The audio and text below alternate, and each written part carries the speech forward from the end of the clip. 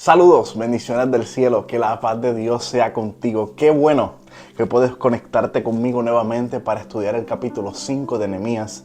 Antes de entrar en materia, antes de entrar a la palabra de Dios, quiero invitarte a que te suscribas a nuestro canal de YouTube, a que nos apoyes dándole a la campanita, para que así puedas enterarte de todo el contenido que estamos preparando para ti, pero a la misma vez puedas apoyar nuestro ministerio. También te invitamos a que nos sigas a través de Instagram, Facebook, y ahí vas a poder tener diversos contenidos de parte de nosotros y mantenerte en contacto por si estamos cerca de tu ciudad y podemos encontrarnos. El mensaje de hoy, como dije anteriormente, vamos a estar hablando sobre el capítulo 5 de Nehemías. Ya hemos tenido 4 mensajes importantes que Nehemías nos ha enseñado cómo ser buenos líderes, pero también cómo vivir una vida espiritual correcta. Y en el capítulo 5 de Nehemías, me llamó mucho la atención la revelación que Dios me estaba dando a través de este capítulo, porque vemos a un Nehemías que se enfrenta contra el verdadero enemigo de Israel. Pero antes de entrar a hablar sobre el verdadero enemigo de Israel, yo quiero hacer una recopilación de lo que ya hemos tocado en los mensajes anteriores, en el capítulo 1, capítulo 2, capítulo 3 y capítulo 4 del libro de Nehemías. Quiero hacer una recopilación. En el capítulo 1 de Nehemías, hemos visto que Nehemías nos enseña cómo orar en días difíciles. Ese fue el primer video. Si no lo has visto, te invito a buscarlo. Nehemías nos enseña cómo orar en días difíciles. Nos muestra la importancia de buscar el rostro de Dios antes de actuar. Nos muestra qué tan importante es buscar el corazón de Dios antes de tomar cualquier decisión. En el capítulo 2 vemos a un Nehemías que mira la realidad del problema. Nehemías enfrenta el problema y luego que lo enfrenta, motiva al pueblo a cambiar su condición.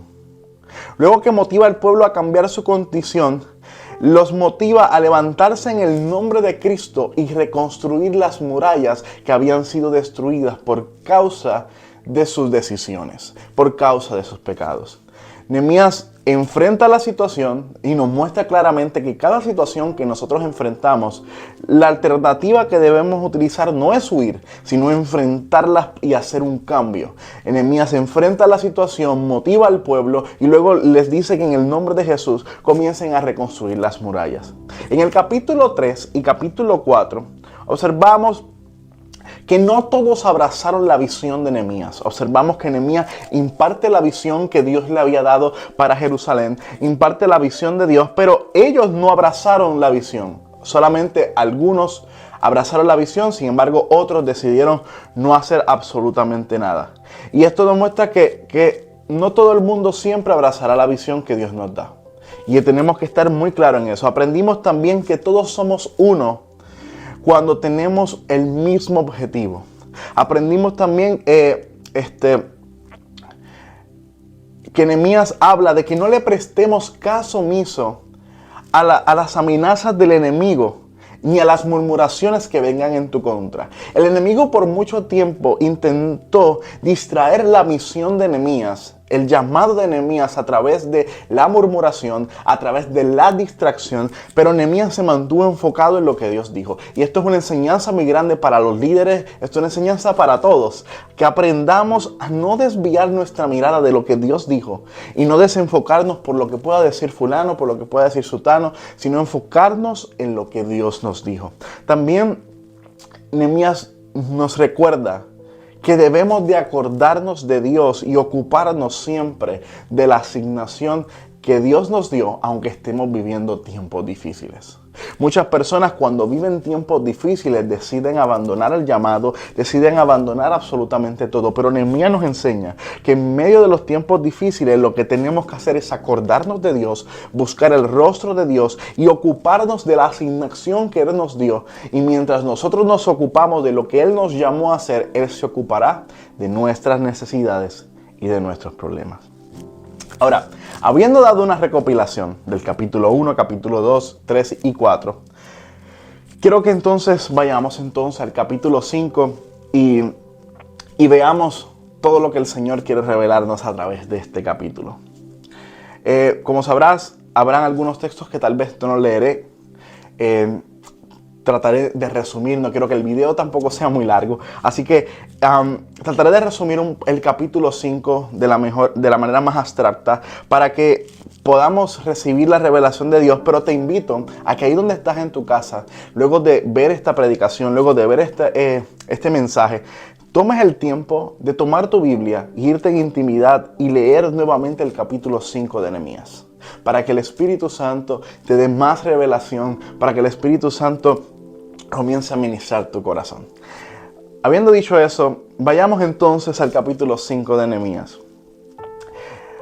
La misión puntual de Nehemías era, según la revelación que él había recibido, él pensaba que iba a ser reconstruir los muros. Incluso cuando habla con el rey, porque Nehemías, como hemos hablado anteriormente, era copero del rey. Cuando habla con el rey y le dice el dolor que había en su corazón por ver a su nación en ruinas, Nehemías le dice: por favor, envíame, porque Dios ha puesto en mi corazón el sueño y el llamado de poder reconstruir las murallas. Y Nehemías se dirige a Jerusalén, a Israel, con la visión de construir murallas. Esa es la visión que hay en su corazón. Pero cuando Nehemías llega a la nación, se percata que el problema que tenía Israel era mucho más grande que un problema de seguridad. Era mucho más grande que un problema de simples murallas. Nehemías se percata que el problema trascendía a algo mucho más grande. Nehemías descubre la verdadera lucha y es la siguiente: el pueblo tenía malas actitudes. Nehemías se da cuenta que el pueblo tenía malas actitudes, se da cuenta que el pueblo está en pecado y que por culpa del pecado y de sus malas actitudes era que estaban donde estaban. Habían dejado de hacer la voluntad de Dios y por tal razón la nación había caído en ruinas, porque el pecado había entrado a la nación. O sea, todo había comenzado de adentro. El verdadero enemigo de Israel no eran los que mandaban cartas de amenaza, no eran las naciones extranjeras que los rodeaban. Era el pecado y las actitudes que ellos tenían como nación. Vamos a observar en este capítulo 5 estos enemigos internos. Y vamos al primer punto que observo en lo que Nehemías nos quiere enseñar en este capítulo 5. Como les dije anteriormente, yo estoy absorbiendo absolutamente todas las enseñanzas que puedo observar, que el Espíritu me revela a través de Nehemías. Estoy tratando de absorber absolutamente todo lo que el capítulo me enseña. Y quiero ir al primer punto que observo, que era uno de los enemigos que tenía Israel, y era la mala administración.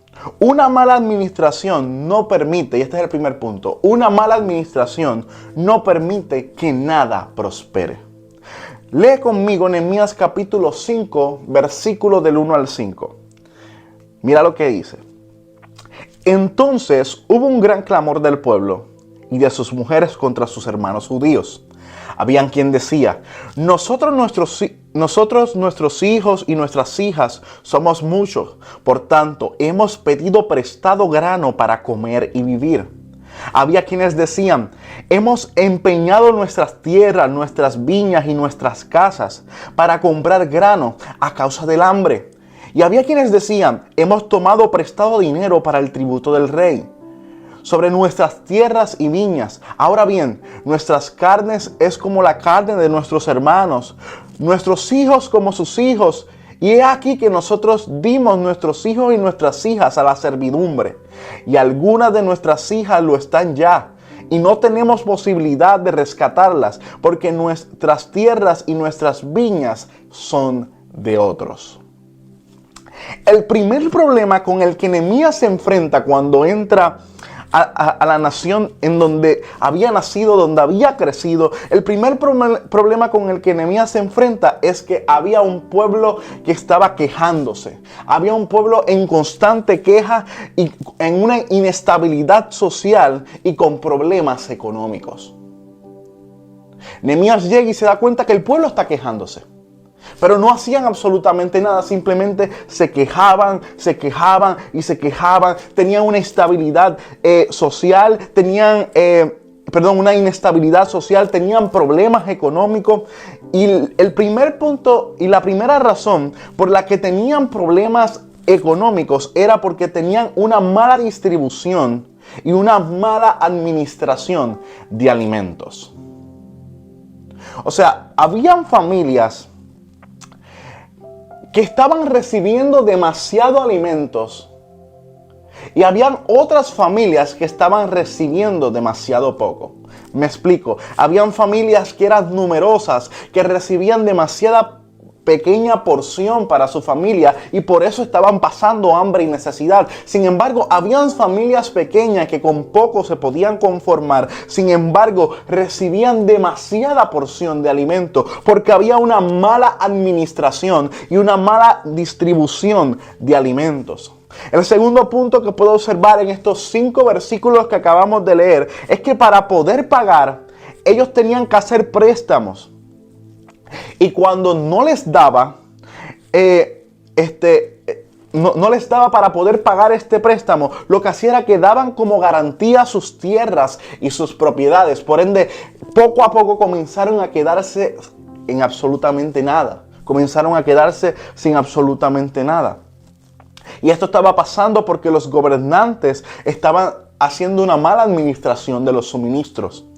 El tercer punto que puedo observar en estos 5 versículos es que las deudas que tenían iban acumulándose constantemente y esto ocasionaba una crisis familiar, ya que si no tenían cómo pagar, debían vender a alguno de sus hijos e hijas.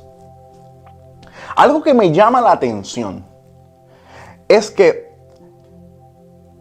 el mismo pueblo se estaba esclavizando a sí mismo. Los que estaban esclavizando a sus hermanos eran gente que había nacido en el mismo Jerusalén, eran personas que habían nacido en esta tierra. Y entre ellos mismos se estaban esclavizando. Habían unos que se estaban haciendo ricos mientras otros se hacían mucho más pobres. Pero lo que me llama la atención es que los israelitas tenían prohibido, escúchame bien, tenían prohibido por la ley de Moisés en los Levíticos, tenían absolutamente prohibido el someter a sus hermanos a la esclavitud, según la ley. Y yo quiero que lo leas conmigo en Levíticos capítulo 25, versículo del 35 al 37. Cómo ellos tenían prohibido esclavizar a sus propios hermanos. La ley era puntual en dejar saber que no podían cobrar altos intereses a sus hermanos. Sin embargo, el pueblo no estaba haciendo esto. Estos gobernantes, estos magnates de aquel momento no estaban haciendo esto con su pueblo. Realmente cada vez los oprimían más y más y más. Y si no tenían cómo pagar, pues entonces se llevaban a sus hijos o tomaban sus tierras o sus posesiones. No cumplían la ley de Dios. Levíticos capítulo 25, versículos 35 y 37 dice: y cuando tu hermano empobeciere y se acogiere a ti, tú lo ampararás como forastero y extranjero vivirá contigo. No tomarás de él usura ni ganancia, sino tendrás temor de tu Dios y tu hermano vivirá contigo. No le darás tu dinero a usura ni tus víveres a ganancia.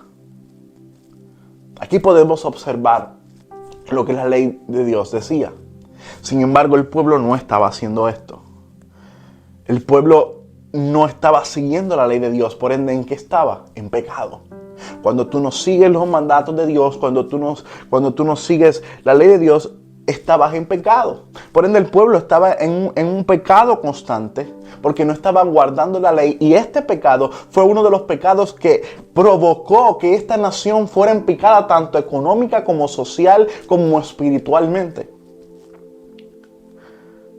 También observamos aquí poca empatía de parte de estas personas. Falta de amor. Podemos observar cómo ya no había amor hacia el prójimo. Y esto lo podemos ver a nuestro alrededor. La palabra de Dios dice que el amor en el tiempo del fin, el amor de muchos se enfriará. Y eso lo podemos ver constantemente como hay muchas personas que han perdido el amor al prójimo. Y esto es una de las cosas que puedo observar aquí en el capítulo 5 de Nehemías, cómo el pueblo había perdido el amor hacia sus propios hermanos. Y esto es algo que, querido, no podemos perder. Necesitamos amar más. Necesitamos tener más misericordia. Porque así como Dios tuvo misericordia contigo y conmigo, que siendo pecadores, que siendo vil, nos salvó, nos tomó, nos llamó, nos restauró nuestra familia, nos restauró nuestras finanzas, nos levantó del abismo en el que vivíamos. Hay personas que me están viendo que posiblemente tu vida era una vida de alcoholismo, otros posiblemente era de drogadicción, otros posiblemente vivían una vida de desenfreno o estaban pasando por enfermedad y llegó Cristo a sus vidas, los transformó, los amó, los acogió. Y esa misma gracia que tuvo el Padre con nosotros es la misma gracia que debemos de tener con cada uno de nuestros hermanos. Es la misma gracia que tenemos que tener con cada persona que visita nuestras iglesias, cada persona que nos encontramos en la calle. Y no mirarlas con mirada justiciera. Tenemos que amar más. No podemos perder eso. Porque si perdemos el amor hacia el prójimo, de nada sirve lo que hacemos. De nada sirve. Sin amor no hay nada. Dios es amor, la Biblia dice. La esencia de Dios es el amor. Así que necesita el amor brotar en medio de nosotros. Dime cuánto amor hay en tu corazón y te diré cuánta intimidad con Dios tienes. Así que ama a tu prójimo. Algo que atesoré también en esta parte es que aunque el pueblo económicamente estaba mal por culpa de la administración del gobierno, muchas de estas familias, cuando tomaban lo que le tocaba, lo poco que le tocaba, tampoco sabían administrar lo poco que tenían. Y esto es algo muy parecido a lo que vivimos hoy. Muchos gobernantes o personas que tienen liderazgo o posiciones en altos mandos en nuestros gobiernos, cada vez se hacen más ricos, cada vez enriquecen más sus bolsillos. Sin embargo, la población que los escogió a ellos, la población cada vez va en deterioro. La población cada vez crece en problemas económicos. Pero hay algo cierto, y todo esto que acabo de decir es cierto, pero hay algo que es real, y es que tenemos mucha gente que no saben administrar. Que no saben administrar. Es cierto que hay grandes políticos que cada vez quieren enriquecerse más. Es cierto, sí, que cada vez el pueblo a veces empobrece más, que la economía va en picada. Sí, todo eso es cierto. Y podemos hablar por horas y quejarnos como el pueblo de Dios, por horas de todas estas cosas que pasan. Pero hablando de nuestra responsabilidad, aunque todo eso es cierto, tenemos una nación que no está acostumbrada a administrar correctamente lo que le toca. Tenemos gente en la iglesia que no saben administrar, que viven una vida de consumismo. Tenemos una nación que lo único que hace es consumir. Yo recuerdo en el momento de la pandemia había mucha necesidad, había muchas familias que no estaban trabajando, que no estaban haciendo plata, que no estaban haciendo dinero. Sin embargo, cuando comenzaron a llegar ayudas de diferentes áreas, la gente comenzó a consumir, la gente comenzó a desperdiciar el dinero que posiblemente les llegaba como ayuda. La gente comenzó a maladministrar las ayudas que llegaban en medio de la pandemia. Y observando esta historia, viendo cómo esta gente, cómo el pueblo de Dios no administraba bien el dinero, el Señor me revelaba que hoy día es igual. Hay mucha gente que no sabe cómo administrar el dinero. Y esto es importante que tú y yo, como hijos de Dios, tomemos en serio el ser buenos mayordomos. Tomemos en serio en ser buenos administradores. Eso es lo que Dios desea de nosotros. Tú no puedes esperar que Dios demande más de ti. Tú no puedes esperar que Dios te engrandezca, que Dios te ensanche, que Dios te prospere, si no aprendes a ser fiel en lo poco, si no aprendes a administrar lo poco. Hay personas que me están viendo que posiblemente le están orando a Dios y le dicen: Dios, yo quiero un negocio. Dios, Yo deseo tener mi propia empresa. Yo deseo que esta empresa que yo tengo prospere, que esta empresa crezca. Pero no saben manejar, no se han educado, ni saben manejar la pequeña empresa que tienen. Y a veces Dios no te prospera, no porque tú no tengas las capacidades, no porque Dios no tenga el deseo y el anhelo de bendecirte, sino Dios no te prospera porque sabe que no estás listo para eso. Y Dios sabe que si prospera tu negocio lo vas a llevar a la quiebra. Vas a hacer mala administración. Porque a nivel de que cuando un negocio crece en dinero, crece en responsabilidad. Y cuando crece en responsabilidad, sigue creciendo más en dinero. Así que si tú no sabes administrarte, ni sabes administrar tus responsabilidades, ni sabes administrar tus finanzas, vas a llevar tu negocio a la ruina. Y Dios a veces prefiere dejarte donde estás. Porque sabe que no estás listo. Y no porque Él no quiera, sino es por nuestras propias decisiones. Debemos de aprender a no gastar más de lo que hacemos. ¿Y cómo logramos hacer esto? ¿Cómo logramos a no gastar de más? Debes de aprender a presupuestarlo todo. Cada vez que comience cada mes en tu hogar, siéntate y comienza a presupuestarlo todo. Por ejemplo, cada salida que tienes con tu familia y sales a comer afuera, a un restaurante, a un fast food o a cualquier parte o alguna salida familiar, presupuéstala. Presupuéstala cada mes.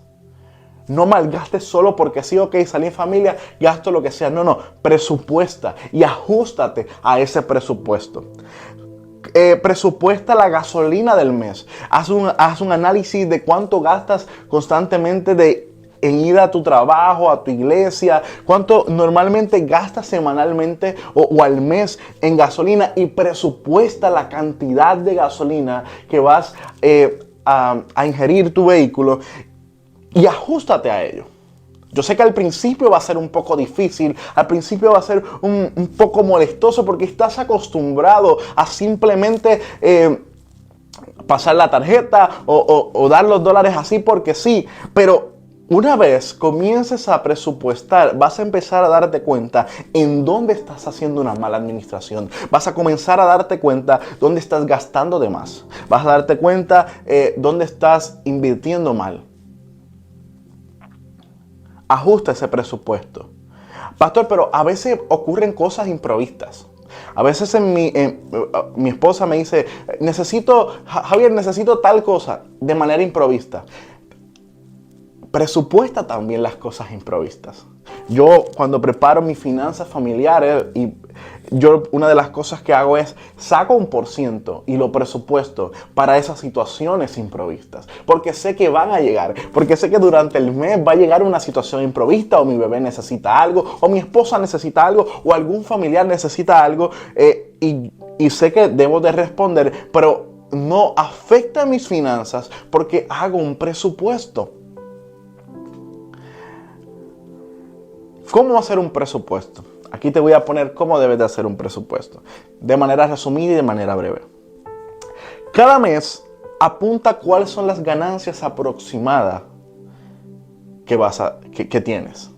Si tienes un empleo fijo y tienes un salario fijo, pues va a ser un poco más cómodo decir, ok, al mes yo cobro tanto. Pero si eres una persona que tienes negocios, que hay veces que te va bien, hay veces que no te va tan bien, pues haz un aproximado, escribe un aproximado de cuánto normalmente sueles ganar al mes. Y luego que tienes eso, saca todos los gastos fijos. Luego que haces eso, sacas todos los gastos fijos. ¿Cuáles son los gastos fijos? La luz, el agua, la gasolina, el celular, el mantenimiento del vehículo. Son gastos que por ejemplo, en mi caso, salen de mi tarjeta como AutoPay. Sale automáticamente esos gastos fijos. Hay otras personas que prefieren pagarlo por ellos mismos, pero es un gasto que fijamente tienes que pagar. Porque si no pagas la luz, te vas a quedar sin electricidad. Si no pagas la gasolina, pues te vas a quedar a pie en alguna parte. Así que esos son los gastos fijos. Luz, agua, todo eso que tienes que pagar fijamente mensualmente. Luego que sacas ya los gastos fijos, que entre ellos también está la renta, by the way, o el mortgage. Luego que sacas esos gastos fijos, entonces, con lo que sobra, comienzas a repartirlo sabiamente, basado en la importancia de cada uno. Empiezas a repartirlo sabiamente en los departamentales de tu casa. ¿Qué son los departamentales de tu casa? Me refiero a todo aquello que amerite dinero en tu casa. Por ejemplo, un departamental de tu casa puede ser la ropa de tus niños. Mensualmente yo necesito comprar ropas a mi niño. Otro departamental, necesito comprarme ropa a mí porque yo trabajo, por ejemplo, en mi caso, constantemente estoy ante cámaras o constantemente estoy fines de semana en la iglesia.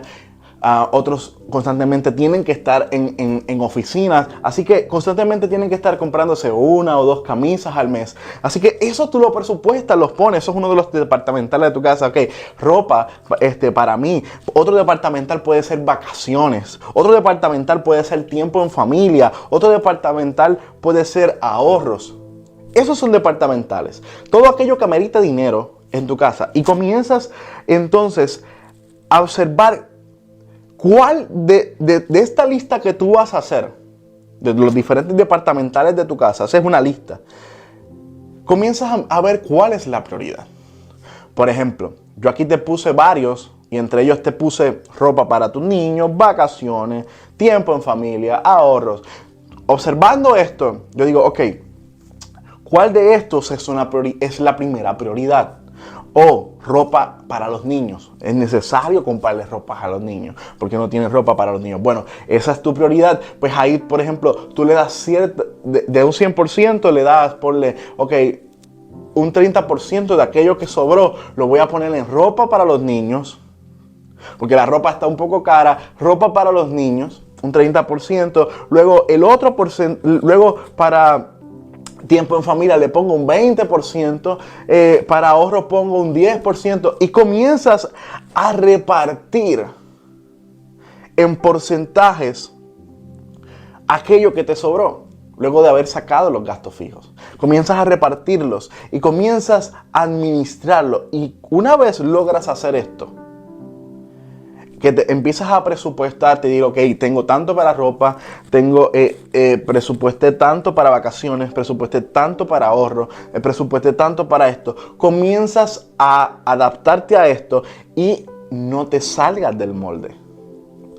¿A qué me refiero con que no te salgas del molde?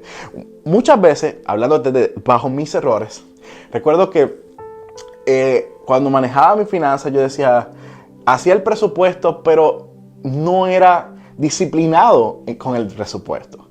Cuando a veces quería gastar de más, o por ejemplo, veía que ya me había pasado el presupuesto de comer afuera, de comer en tiempo en familia y todo eso, decía, eso no es nada, no importa, yo gasto. Y me daba cuenta que una vez hacía eso, todo el presupuesto, todo lo que había hecho se me iba al suelo. Porque había sido negligente, no había sido disciplinado. Y todo lo que había dicho o todo lo que ya había estructurado se me caía al suelo porque no había sido disciplinado.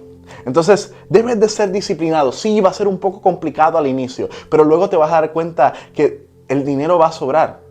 Y si no sobra, te va a dar justo para lo que necesitas. He estado en momentos donde mi familia se ha visto apretada económicamente. Hemos estado en momentos donde económicamente hemos estado bastante afectados. Y gracias a vivir bajo presupuesto nos ha ayudado a poder identificar qué cosas son prioridad y qué cosas no.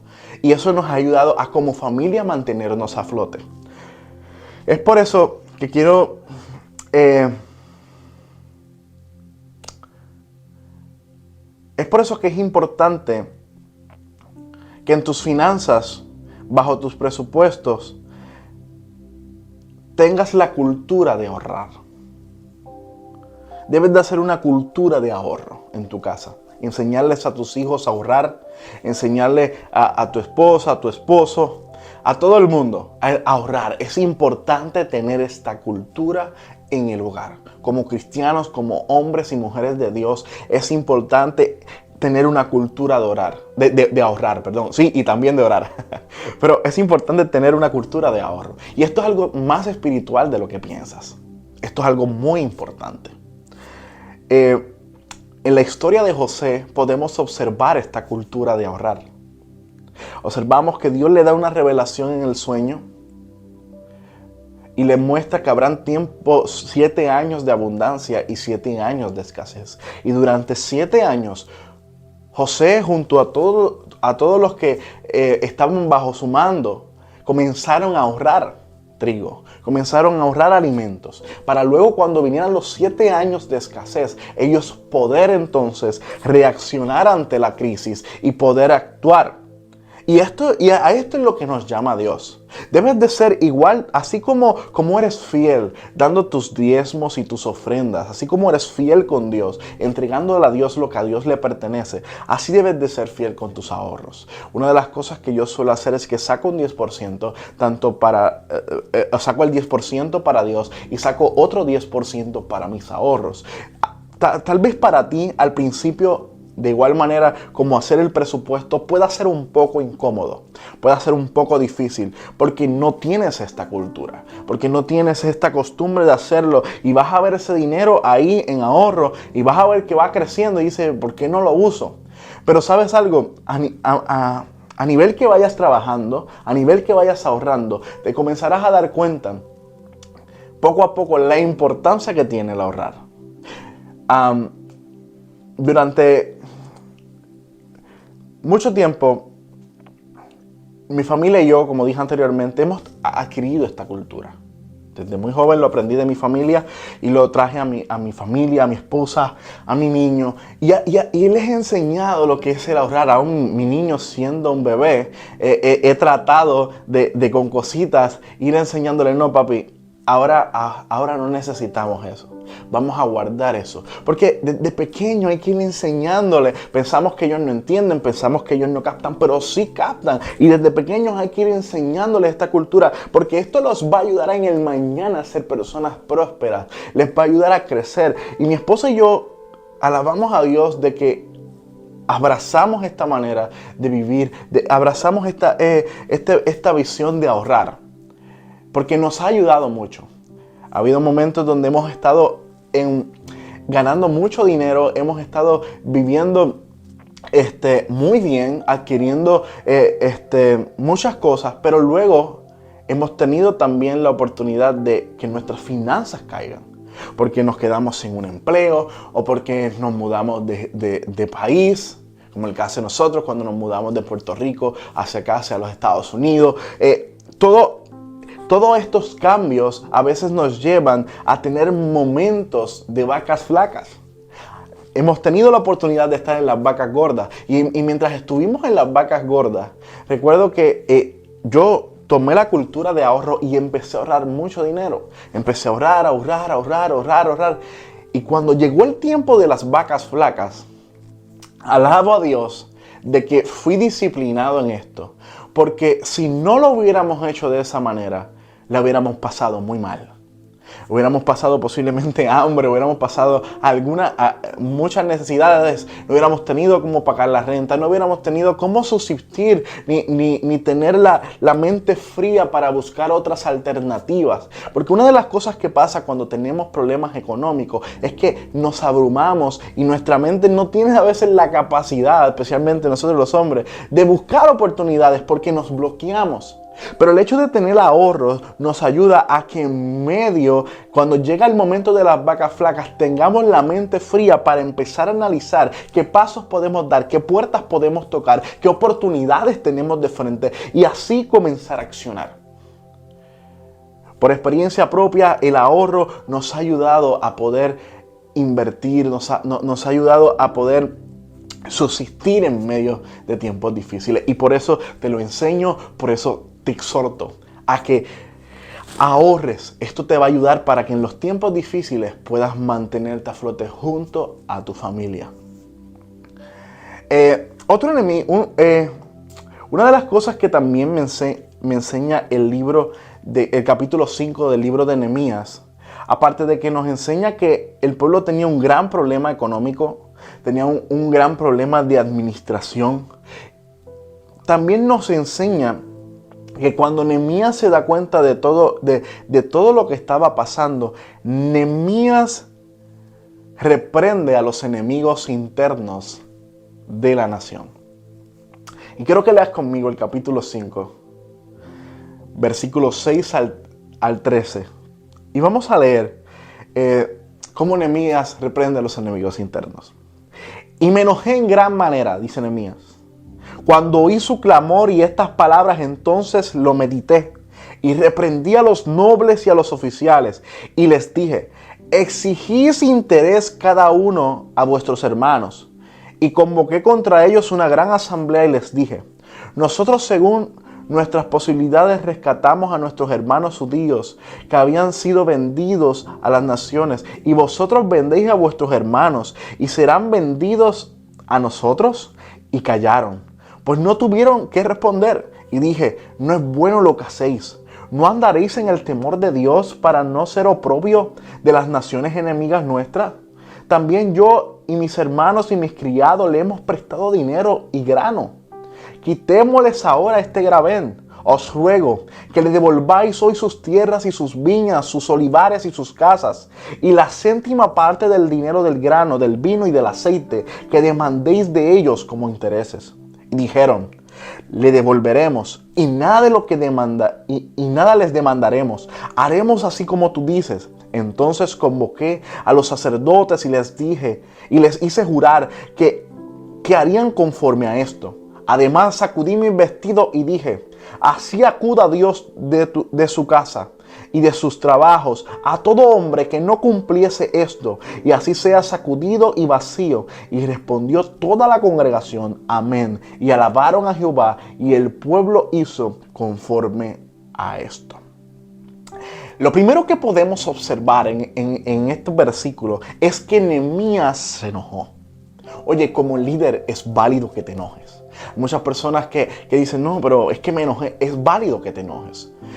Para que haya un cambio, para que haya una transformación, el primer paso es indignarte de lo que estás viendo.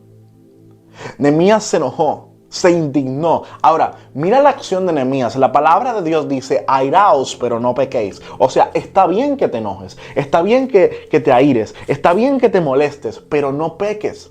Y mira la acción de Nehemías en el versículo 6. Dice que cuando él se enojó por el clamor y por las palabras de esta gente, dice que él entonces meditó. O sea, antes de expresar su enojo, antes de expresar lo que le molestaba o lo que el pueblo estaba haciendo mal, Nehemías se detuvo por un momento y meditó. Y esto es algo, una enseñanza grandísima para todo líder. Esto es una enseñanza grandísima para cada uno de nosotros. Cuando estés en momentos de enojo, antes de decir cosas que luego te vayas a lamentar, y esto es aplicable para los matrimonios, es aplicable para padres e hijos, para líderes de iglesia, para pastores. Antes de decir algo que vaya a lastimar a alguna persona, primero medita, analiza la situación, respira profundo. Indígnate, sí, puedes enojarte, pero medita en la situación y luego expresa el problema. Muchas veces hay personas que se meten en problemas o hieren el corazón de otra persona simplemente porque no piensan antes de hablar, porque reaccionan bajo el enojo pero no meditan como lo hizo Nehemías. Aquí vemos un hombre que ejerce su autoridad, la tarea que Dios le da, a un hombre que entiende la labor que Dios le da de construir las murallas. Pero se da cuenta que el llamado principal que Dios le hace una vez llega a Jerusalén es que reconstruya el corazón de las personas de Jerusalén. Nehemías les dice a los nobles: ¿cómo es posible que nosotros, yo, mis hermanos, luchemos para libertar a nuestros otros hermanos de la esclavitud de las naciones extranjeras? Y ustedes que son parte de nuestro pueblo, ustedes que son parte de nuestra nación, están esclavizando a nuestra propia gente. Esto como que no tiene sentido. Nosotros nos arriesgamos nuestra vida, levantamos ejércitos, vamos y libertamos a nuestros hermanos de la esclavitud de otras naciones, pero cuando llegan aquí, nuestro propio pueblo se esclaviza a sí mismo. No tiene sentido. Eso es lo que Nehemías les pone a los nobles de Jerusalén. Y aquí yo veo una revelación grande de parte de Dios. Vemos gente que es esclava dentro del pueblo de Dios y que esclavizan a otros. Como dije anteriormente, el problema más grande que tenía el pueblo de Israel no era el enemigo vecino, no eran las naciones extranjeras, era el enemigo que tenían interno, las actitudes, su pecado. Era el enemigo que tenían interno. Y entre ellos era la esclavitud interna que tenían. Y aquí vemos la revelación de que había gente esclava dentro de las murallas, gente esclava siendo parte del pueblo de Dios y que esclavizaban a otros. Y así hay personas dentro de la iglesia, así hay personas en los lugares de trabajo, pero hay personas que son parte del pueblo de Dios, van a la iglesia, algunos incluso tienen cargos, otras personas van constantemente a la iglesia, hablan de Dios, pero no han abandonado sus pasiones y sus ataduras. No han abandonado sus murmuraciones. No han abandonado sus malas intenciones. No han muerto al yo. No han nacido de nuevo. Son personas que aún no han nacido en Cristo. ¿Y qué sucede con esto? Que este tipo de personas que aún viven en sus pasiones, aunque van a la iglesia, aunque van a cada culto cada semana, esclavizan a sus propios hermanos. Pastor, ¿cómo que los esclavizan? Sí, a todos esos hermanos débiles en la fe suelen esclavizarlos igual que como ellos están esclavizados.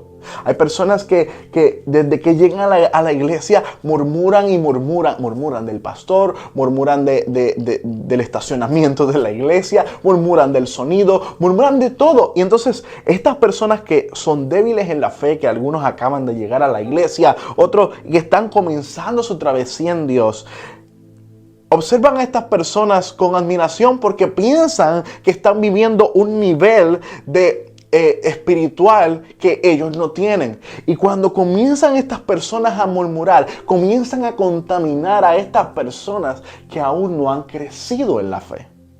Y es por eso que hay gente dentro del pueblo de Dios que esclavizan a otras personas con sus propias ataduras. Y es por eso que es importante, querido, que me escuchas. Si estás viendo este video y aún estás comenzando en un nuevo trayecto en la iglesia donde Dios te plantó, o estás comenzando el camino de la fe, escúchame bien lo que te voy a decir. Tus ojos no pueden estar puestos en tus hermanos. Sí, puedes respetarlos, sí, sigue el discipulado, sigue a tus líderes, aprende de ellos, pero que tus ojos no idolatren a tus líderes, que tus ojos no idolatren a toda aquella persona que ves en la iglesia, que tus ojos siempre estén puestos en Jesús. La Biblia dice, puesto los ojos en Jesús, el autor y consumador de todo. Pon tu mirada en Cristo, porque si pones tu mirada en el hombre terminarás decepcionado, terminarás abandonando la iglesia, terminarás abandonando la fe. Como pastor he tenido la oportunidad de sentarme en consejería junto a muchas personas que me han dicho, pastor, estoy herido. Y cuando me narran su experiencia, me doy cuenta que la raíz es la misma. Es que pusieron su mirada en el hombre y no pusieron su mirada en Cristo. El hombre puede fallarte, un líder puede fallarte, un pastor puede fallarte. Todo el que te rodea puede fallarte, mas Dios nunca te fallará. Jesús es fiel.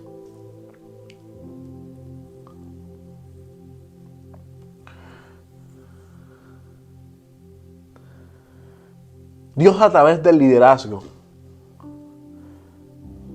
muchas veces amonesta. Y a través de Nehemías Dios amonestó al pueblo. Y le habló al corazón del pueblo y les dijo que tenían que salir de su esclavitud. Dios a través del liderazgo amonesta, trata de que haga una transformación. Nehemías, en el corazón de Nehemías, Dios había puesto el deseo de que el pueblo fuera transformado, de que el pueblo fuera levantado. Pero las ataduras internas les impedía construir. Yo no sé cuáles son tus ataduras internas, pero yo quiero decirte que Dios desea construirte. Yo quiero que tú sepas que Dios desea levantar tus murallas. Yo quiero que tú sepas que Dios desea hacer un cambio, una transformación en tu vida. Pero tienes que derrumbar tus enemigos internos. Muchas veces le echamos la culpa al diablo. Sí, el diablo puede influenciarte, pero tú tomas la decisión. El diablo no puede obligarte. Muchas veces le echamos la culpa a Dios, le echamos la culpa a nuestro hermano, a nuestros esposos, a nuestros hijos, de nuestras propias decisiones. Y tenemos que aprender a ser responsables de nuestros propios actos y enfrentar nuestras pasiones, enfrentar nuestras ataduras, enfrentar nuestros aguijones. Puede ser la depresión, la ansiedad, llámalo como tú quieras. Pero tienes que enfrentar estos aguijones. Tienes que enfrentar estos enemigos internos para que Dios pueda construir en tu vida. Nehemías se toma como ejemplo en el versículo 10 y le dice a los nobles: yo y mis hermanos hemos prestado dinero, hemos dado todo lo que tenemos. Incluso Nehemías le dice: ¿sabes qué? Yo he tenido la oportunidad y la posibilidad de poder hacerme dueño de tierras y yo me he abstenido por completo de todo esto para ayudar a nuestros hermanos. Y es ahí donde Nehemías les pide que le devuelvan todo lo que le ha quitado. Todo lo que le han quitado a todas estas personas. Nehemías les pide que por favor se los devuelva, porque era la única manera en que ellos podían prosperar. Y es por eso que Nehemías les hace jurar. Pero mira lo que dice el versículo 13 del capítulo 5. Además sacudí mi vestido. Mira lo que Nehemías hace luego que habla con los nobles. Nehemías sacude sus vestidos y dice: así acuda Dios su casa y su trabajo a todo hombre que no cumpliere esto, así sea sacudido y vacío. Y respondió toda la congregación: amén, y alabaron a Jehová, y el pueblo hizo conforme a esto. En el leer esto puedes ver a un Nehemías severo. Wow, qué líder severo, qué líder con falta de amor. Cuando ves a Nehemías decir esto, puede que digas: wow, este líder tiene falta de amor. Pero ¿qué tal si te digo que esta petición de Nehemías como líder está alineada al carácter de Dios? Pastor, ¿qué estás diciendo? Pastor, ¿qué es lo que estás diciendo? ¿Cómo que esta actitud de Nehemías está alineada al corazón de Dios? Sí. Nehemías sabía las consecuencias a las que iba a llevar al pueblo las acciones de estos hombres. Nehemías sabía que la rebeldía de estos hombres iban a llevar a sus propias casas a la ruina, iba a llevar a su propia nación a la ruina. Y Nehemías, con el corazón dolido, con el corazón lleno de amor, lleno de pasión por levantar sus ruinas, le pide a Dios y le dice: Señor, así como yo sacudo mis vestidos, estremécelos.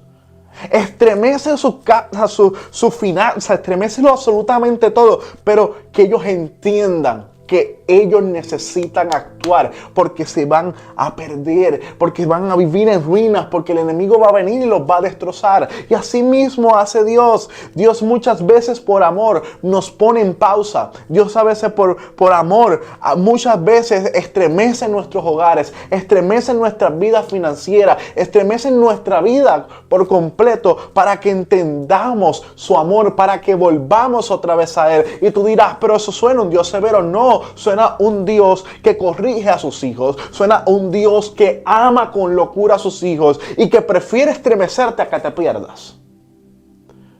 Porque el camino en el que vas te está llevando a la perdición. Y Dios decide ponerte en pausa, poner en pausa todos tus planes, poner en pausa tus finanzas, sacudir a tu familia, para que entonces vuelvas tu mirada a Dios. Y hay gente que me está viendo en este momento que posiblemente se están identificando con lo que estoy hablando.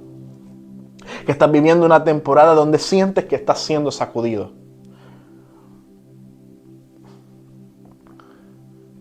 Donde sientes que todo a tu alrededor está siendo jamaqueado. Hoy yo quiero que tú sepas que posiblemente puede ser Dios que esté permitiendo esa situación porque desea que vuelvas a Él. Porque a través de muchas vías Él te ha llamado y no ha querido volverte a Él. Cuando Dios en muchas ocasiones llega al extremo de permitir estas cosas, es porque te ha tocado la puerta muchas veces, pero no has querido escucharlo. Lo has ignorado, has rechazado su invitación. Y Dios por amor permite a veces cosas que jamaquean nuestra vida para que volvamos a Él y no nos perdamos. El otro punto que observo en este capítulo 5 es el temor a Jehová. Lo que Nehemías le estaba pidiendo al pueblo era que tuvieran temor de Jehová. ¿Saben por qué a veces somos sacudidos? ¿Por qué nuestros trabajos son sacudidos? Por dos cosas. O porque no nos hemos rendido delante de Dios, o porque Dios quiere ejercer tu fe. Y debes de preguntarte esas dos cosas. Observa la situación que estás viviendo, como hizo Nehemías, enfréntala. Estás viviendo una situación complicada. Enfrenta tu situación. Pero analiza algo ahora. ¿Será que no me he rendido a Dios? Yo te pregunto, ¿te has rendido a Dios? ¿Has rendido tu vida delante de Dios? Si no la has rendido, posiblemente todo lo que estás viviendo es porque Dios no te ha mandado esa prueba. Quiero que tengas eso claro. Pero sí la permitió por un momento para que vuelvas a Él. Puede que Dios desee que te rindas delante de Él, o porque Dios quiere que ejerzas tu fe. Y eso debes de analizarlo. Debes ser sincero contigo mismo y hacer una introspección de tu vida. Rendirnos delante de Dios es entregar planes, sueños. Entregarlo todo delante de Dios y decirle, Señor, que se haga tu voluntad y no la mía. Gálatas 2:20-21 lo describe de una manera increíble. Dice, con Cristo estoy juntamente crucificado. Ya no vivo yo, mas Cristo vive en mí.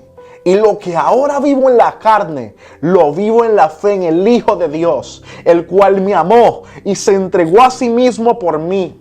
No desechó la gracia de Dios, pues si por la ley fuese la justicia, entonces por demás murió Cristo.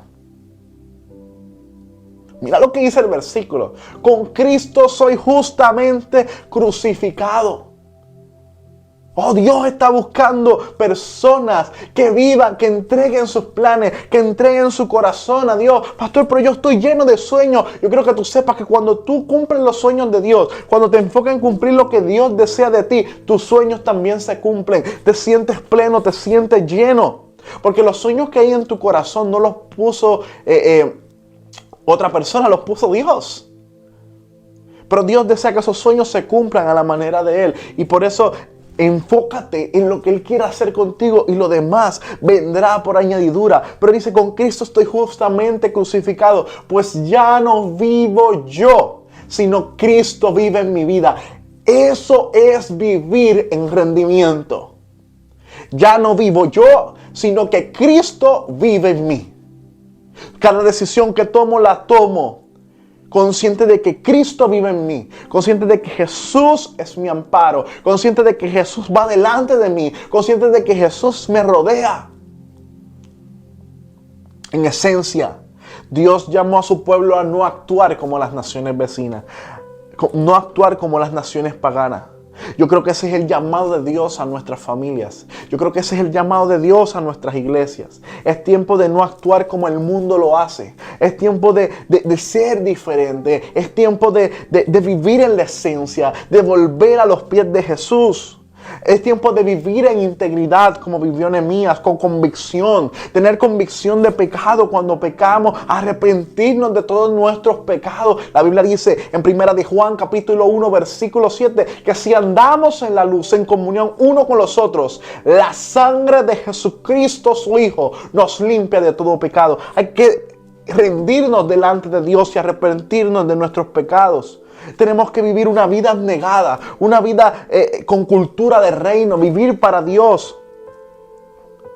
Debemos de ser familias que viven en el principio de la palabra, familias que toman tiempo para orar, familias que toman tiempo para hacer culto en familia. Tenemos que ser un ejemplo como lo fue Nehemías. para que otros a través de nuestro modelaje puedan venir a los pies de Cristo. Pablo dijo, nosotros sois cartas leídas.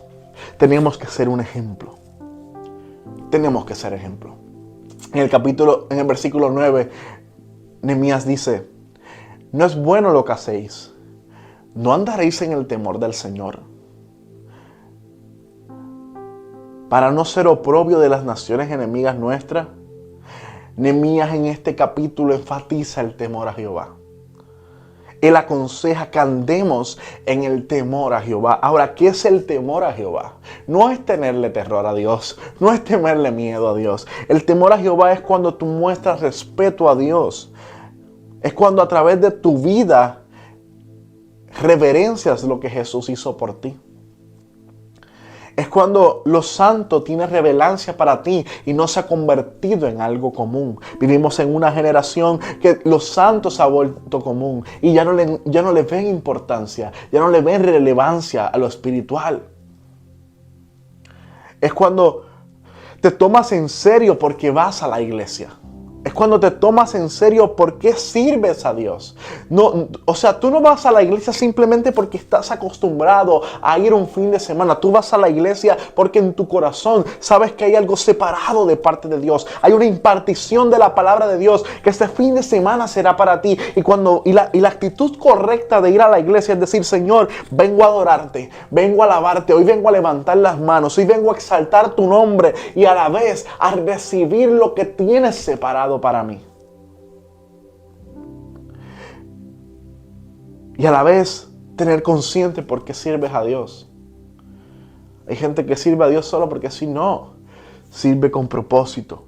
Nehemías resalta el temor a Jehová porque el pueblo había perdido el temor a Jehová. Pastor, ¿cómo sé que he perdido el temor a Jehová? ¿Sabes que has perdido el temor a Jehová cuando ir a la iglesia es algo común? Y cuando has perdido la reverencia en la casa de Dios. Hay gente que va a la iglesia y yo soy de las personas que sí estoy a favor que utilicemos los teléfonos. Uso mi iPad, predico con mi iPad. Creo que lo electrónico ha sido una bendición para poder llevar la palabra de Dios. Pero cuando se utiliza correctamente, yo he sabido estar predicando y he visto personas en Facebook tagueando o personas en Facebook comentando las fotos de otra persona. He estado en lugares donde mientras he estado ministrando he visto personas que se están tirando fotos, selfies. También he visto otras personas que en medio, mientras he estado predicando, se van para afuera de la iglesia a hablar. ¿Por qué? Porque le han perdido la reverencia a la iglesia. Le han perdido la importancia de que esa es la casa de Dios y que la presencia de Dios desciende a ese lugar para hablar, para traer revelación, para sanar, para restaurar. ¿Y sabes que has perdido el temor a Jehová cuando hacen todas estas cosas? Es cuando la manera en que hablas, vistes o actúas durante la semana es muy diferente a la manera en la que hablas, vistes y actúas cuando vas el fin de semana a la iglesia.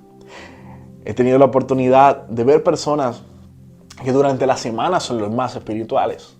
Asisten a todas las actividades de la iglesia, forman parte de la iglesia, visten de manera moderada, pero hablan de manera moderada, pero durante la semana su lenguaje cambia. Durante la semana su manera de vestir no representa a una persona cristiana. Su manera de actuar no representa la fe que dice ejercer durante el fin de semana. Y de esta manera es que notas que has perdido el temor a Jehová. Y el último punto, una manera en que sabes que has perdido el temor a Jehová es cuando no tomas en serio el llamado de Dios. El llamado de Dios no es un juego. Cuando Dios te llama para una misión específica. Dios te ha separado para grandes cosas. El Señor te ha llamado para grandes cosas. El cuarto punto del mensaje que veo en el capítulo 5 de Nehemías es la abnegación de Nehemías.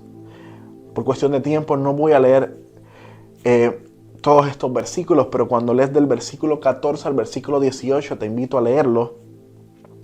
Ves a un Nehemías que es un increíble líder, un líder abnegado. Este dirigente aprendió lo difícil que es ser un líder político al servicio de Dios, el cual no se contaminó. Oye, y esto me llamó la atención porque muchas veces cuando hablamos de la política, hablamos sobre no todos son corruptos. No, no todos son corruptos. Sí, en la política hay corrupción, pero hay gente de Dios dentro de la política. Y hay que romper ese patrón. Hay que romper ese mal concepto. Nehemías era un político, pero era ungido por Dios. Y hay mucha gente dentro de nuestros gobiernos que también son gente ungida por Dios, que tal vez tú y yo no conocemos, pero son gente que Dios ha puesto con una misión y con un llamado especial ahí. En medio de tanta corrupción, Dios ha puesto gente de luz en medio de esos gobiernos. Y Nehemías fue un líder político. Este siervo de Dios accedió al llamado de Dios, pero también accedió a mantenerse íntegro. ¿Y por qué Nehemías en medio de una política corrupta? ¿Por qué Nehemías en medio de un movimiento corrupto que había en Israel? ¿Cómo se mantuvo íntegro? Porque él pudo decir, ¿sabes qué? Yo quiero tener tierras igual que todos ellos. Yo tengo el poder económico y adquisitivo para poder comprar todas estas tierras y hacerme casi dueño de todo Israel. ¿Por qué Nehemías nos hizo eso? Por el temor a Jehová. Cuando lees el versículo 15, observas que él estaba motivado por el temor de Jehová. Se había comprometido a obedecerlo y hacer solamente la voluntad de Dios. En el versículo 18 también podemos ver la sensibilidad a la necesidad del pueblo. Nehemías veía la necesidad del pueblo y no se quedaba simplemente con los brazos cruzados. Él decía, hay que hacer algo. Yo no puedo seguir permitiendo que mis hermanos, que mi gente se siga muriendo. Yo no puedo permitir esto.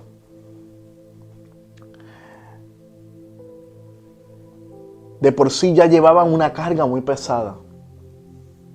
Pero Nehemías estaba dispuesto a sacrificarlo todo para que el pueblo fuera levantado, para que el pueblo fuera restaurado.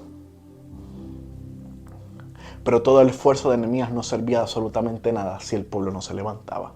Pero aquí hay una enseñanza grande para nosotros como líderes. Hay una gran enseñanza para todo aquel que ejerce liderazgo tanto en el ámbito empresarial como en el ámbito eclesiástico. Aquí hay una enseñanza grandísima. Ama a tu prójimo. Ten sensibilidad por tu prójimo. No solo se trata de ti. Cuando ayudas a los demás, sientes que tu corazón se satisface. Como único podremos enfrentar al enemigo. Otra cosa que nos enseña Nehemías es con el temor a Jehová. Los enemigos internos se derrumban con el temor a Jehová. Yo no sé cuáles sean tus enemigos internos hoy. Cuál sea la situación interna que estés viviendo que son tus mayores enemigos. Pero quiero que sepas que se vencen en el nombre de Jesús con el temor a Jehová. Y yo quiero invitarte a que en el nombre de Cristo tú sometas esos enemigos internos delante de la presencia de Dios y le digas, Señor, ya yo vengo a rendirme. Dile, Señor, yo vengo a rendirme. Yo vengo a postrarme delante de tu presencia. Dile, Señor, yo vengo a entregarme por completo. Yo vengo a darte todo lo que soy.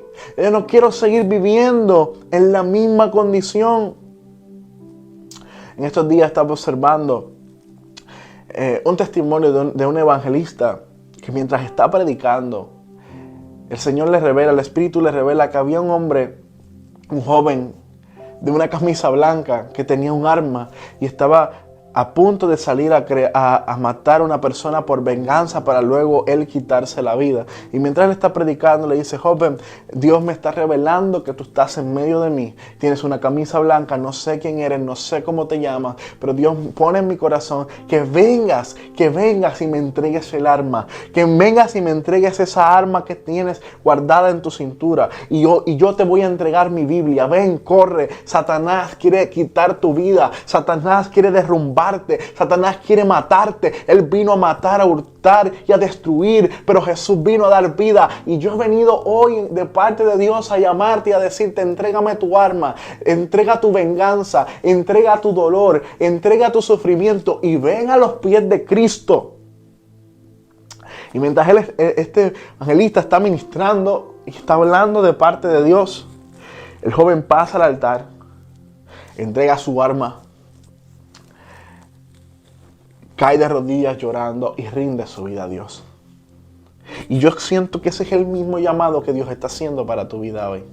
Tal vez hoy tú no tienes una camisa blanca ni tienes un arma, pero sí posiblemente tienes deseos de venganza, sí posiblemente estás sufriendo tu corazón, sí posiblemente estás pensando en el divorcio, sí posiblemente hoy estás teniendo problemas en el hogar, sí posiblemente estás teniendo problemas financieros igual que el pueblo, sí posiblemente estás luchando con un pecado, sí posiblemente al igual que la nación te has desviado de los caminos de Dios, te has desenfocado. Hoy en el nombre de Jesús yo vengo a decirte, regresa a los pies de Cristo, póstrate delante de su presencia como este joven fue, entregó su alma, se postró delante de la presencia de Dios y le dijo, Señor, me rindo. Y ese es el mensaje y ese es el llamado del capítulo 5. Eso es lo que nos muestra Nehemías, un pueblo que estaba en pecado, un pueblo que estaba en oprobio, un pueblo que estaba apartado, que luchaba con sus propios demonios, que luchaba con sus propios enemigos internos, que estaba atado por sus enemigos internos. Pero ahora reciben la revelación, abrazan la visión de Dios, abrazan el llamado de Dios a través de Nehemías y Dios los levanta. Hoy Dios te llama a rendirte. Hoy Dios llama a rendirte. Así que ahí donde estás, yo te invito a que en el nombre de Jesús, tú rindas. Tú le rindas a Dios. Todo eso, vamos. Tú conoces lo que le debes de rendir a Dios. Ríndeselo a Dios. Ríndele a Dios tu depresión ahora. Ríndele a Dios tu ansiedad. Vamos. Ríndele a Dios tus hijos que se han ido de casa. Sí, ríndele a Dios tus tristezas. Esas lágrimas que botan en las noches cuando nadie te ve. Sí, ríndele ahora mismo a Dios tus problemas financieros. Ríndele a Dios tu sufrimiento. Este es el momento. Vamos, ríndeselo a Dios. En el nombre de Cristo Jesús. Aleluya. Ríndeselo a Dios. Yo quiero orar por ti ahí mientras le estás rindiendo tu corazón a Dios. Padre, en el nombre de Jesús, yo te pido por esta hija y este hijo tuyo que me están viendo a través de este canal. Yo te pido, Padre amado, que tú acojas su corazón, que tú los abraces, que tú los acobijes en tu presencia. Señor, hay personas que están entregando ahora mismo adicciones, hay personas que están entregando ahora mismo ataduras, hay personas que están entregando ahora mismo problemas familiares, hay personas que están, Señor, entregando ahora mismo problemas con sus hijos, hay personas que están entregando ahora mismo problemas financieros. Padre, yo te pido que ellos sientan tu espíritu donde quiera que estén. Yo te pido, Padre amado, que ellos sientan el poder de tu Espíritu Santo regenerando sus huesos, el poder de tu Espíritu Santo transformando sus vidas en el nombre de Jesús. Señor, tú tienes poder y en el nombre de Cristo, así como tú levantaste a Israel, yo te pido que los levantes a ellos en el nombre de Cristo Jesús. Amén. Dios te bendiga. Dios te guarde.